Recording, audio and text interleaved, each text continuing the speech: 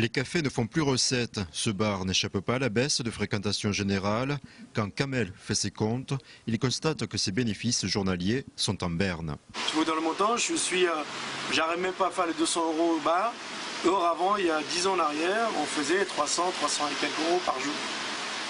En 2009, le phénomène s'est accéléré. Le chiffre d'affaires a baissé de 40%. Pour Kamel, le lien avec l'interdiction de fumer est évident et lourd de conséquences. La personne qui a l'habitude de fumer, et ça va ensemble, c'est la cigarette et café en même temps.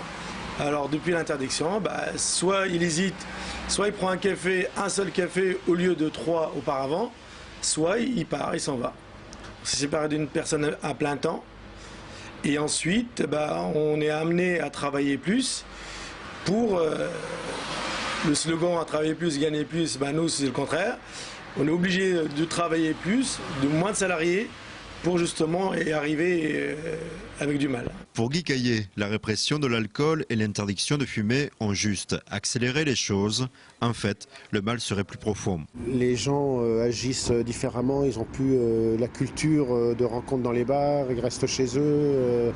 Et puis même les jeunes n'ont plus de points de ralliement comme dans le temps ça existait. On avait tous rendez-vous avec les potes, entre parenthèses, dans un bar. C'était le QG, et puis après tout le monde décidait de là où aller. Maintenant c'est fini, les jeux, où ça c'est très peu, ça s'est amenuisé. La majorité maintenant se contacte par téléphone et se donne rendez-vous.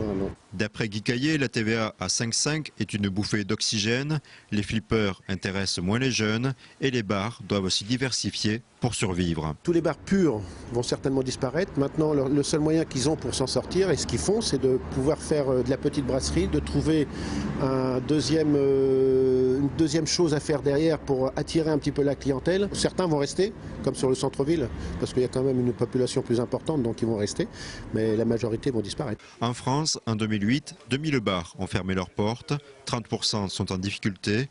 Dans l'Aube, 7 établissements ont demandé un report de paiement de leurs charges afin de subsister.